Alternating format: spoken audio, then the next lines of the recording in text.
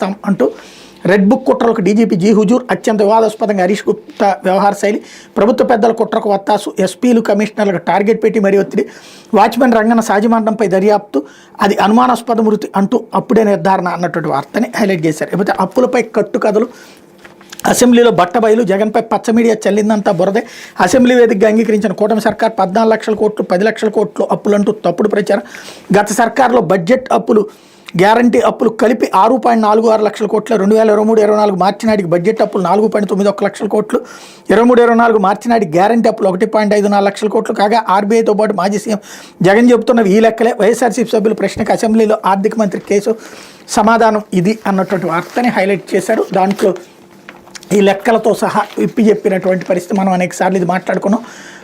కూటమి ప్రభుత్వం ఈ ఆర్థిక ఏడాది బడ్జెట్లో 2024 డిసెంబర్ నాటికి ఏకంగా 71,000 కోట్లకు పైగా అప్పు చేసినట్టు ఆర్థిక మంత్రి కేశవ్ వెల్లడించారు. 23-24 మార్చి నాటికి బడ్జెట్ అప్పులు 4,91,734 కోట్లు ఉంటే ఈ ఆర్థిక ఏడాది డిసెంబర్ నాటికి బడ్జెట్ అప్పులు 5,63,376 కోట్లకు పెరిగినట్టు తెలిపారు.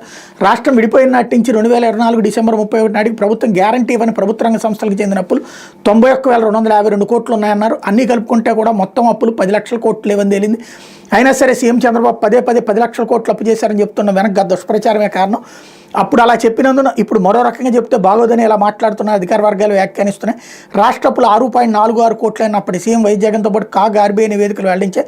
ఇప్పుడు మంత్రి కేశవ్ కూడా ఇదే చెప్పారు. ఇదంతా ప్రజలు నమ్మించాలని మోసపూర్తి వ్యవహారం తప్ప మరొకటి కాదని అధికార వర్గాలు తెలిపాయి అన్నటువంటి వార్తని హైలైట్ చేశారు.